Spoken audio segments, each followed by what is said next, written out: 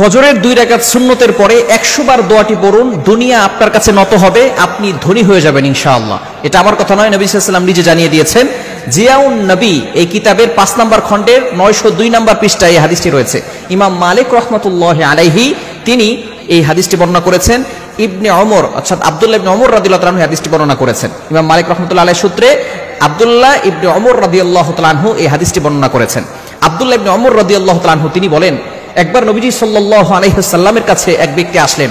আসার পরে বললেন, ইয়া রাসূলুল্লাহ, ইয়া হাবিবাল্লাহ, দুনিয়া আমার কাছ থেকে বিমুখ হয়ে গিয়েছে, দুনিয়া আমার কাছ থেকে পৃষ্ঠ প্রদর্শন করেছে, দুনিয়া আমার কাছ থেকে হারিয়ে যাচ্ছে। ইয়া রাসূলুল্লাহ, আপনি আমাকে এমন কিছু আমল শিক্ষা দেন যাতে করে আমি দুনিয়ার কিছু সম্পদ উপার্জন করতে পারি।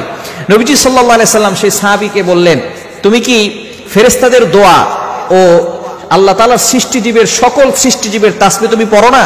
যেই তাসবিহের কারণে সকল সৃষ্টিজীবকে আল্লাহ পাক রব্বুল আলামিন রিজিকের ব্যবস্থা করেন, এই দোয়াটা কি তুমি পড়ো না? তখন নবীজি সাল্লাল্লাহু আলাইহি সাল্লাম এই দোয়াটা সেই সাহাবীকে শিক্ষা দিলেন। এই সাহাবী সেখান থেকে চলে গেলেন। চলে যাওয়ার পরে কিছুদিন তিনি আসলেন। আসার পরে বললেন, ইয়া রাসূলুল্লাহ, ইয়া হাবিবাল্লাহ, আপনি আমাকে যে দোয়াটা শিক্ষা দিয়েছিলেন এই দোয়াটার আমল আমি করেছি। এই আমল করার ফলে আল্লাহ পাক রব্বুল আলামিন আমাকে এত পরিমাণ সম্পদ দিয়েছেন, এই সম্পদ রাখার জায়গা এখন আর আমার কাছে নাই। সুবহানাল্লাহ বিহামদি। কালিমা যেটা আপনি কল্পনা করতে পারছেন, ছোট্ট একটি দোয়া, চমৎকার একটি দোয়া, সহজ একটি দোয়া, যে দোয়াটা পড়লে আল্লাহ পাক রব্বুল আলামিন আপনার কাছে দুনিয়াটাকে নত করে দিবেন। দুনিয়ায় আপনি আল্লাহ পাক রব্বুল আলামিন, দুনিয়াতেও আল্লাহ তাআলা সম্পদ দান করবেন, আখিরাতে আল্লাহ তাআলা আপনার জন্য সহজ করে দিবেন। চমৎকার একটি দোয়া হচ্ছে সুবহানাল্লাহি ওয়া বিহামদিহি সুবহানাল্লাহিল আযীম আস্তাগফিরুল্লাহ, সুবহানাল্লাহি ওয়া বিহামদিহি সুবহানাল্লাহিল আযীম আস্তাগফিরুল্লাহ। কখন পড়বে? সুবহে সাদিকের সময়। এই সময়টা হচ্ছে 2 রাকাত নামাজ, অর্থাৎ ফজরের 4 রাকাত নামাজ, 2 রাকাত সুন্নত, 2 রাকাত ফরজ। 2 রাকাত সুন্নতের পরে এবং ফরজের আগে এই সময়টা পড়লে বেশি গ্রহণযোগ্য হবে।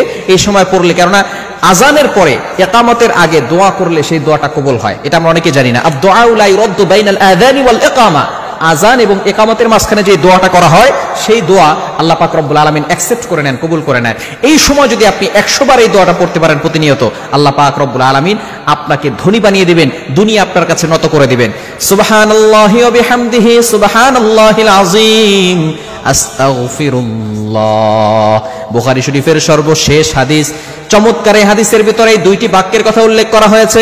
নবীজি সাল্লাল্লাহু আলাইহি সাল্লাম জানিয়ে দিয়েছেন, সাহাবায়ে কেরামদেরকে একবার সামনে নিয়ে বসলেন, বললেন, ও আমার সাহাবীরা, তোমরা কি জানো কালিমাতান, এমন 2টি কালিমা আছে, হাবিবাতান ইলার রহমান, আল্লাহ পাক রব্বুল আলামিনের কাছে, রহমানের কাছে এই বাক্য দুটি খুবই প্রিয়।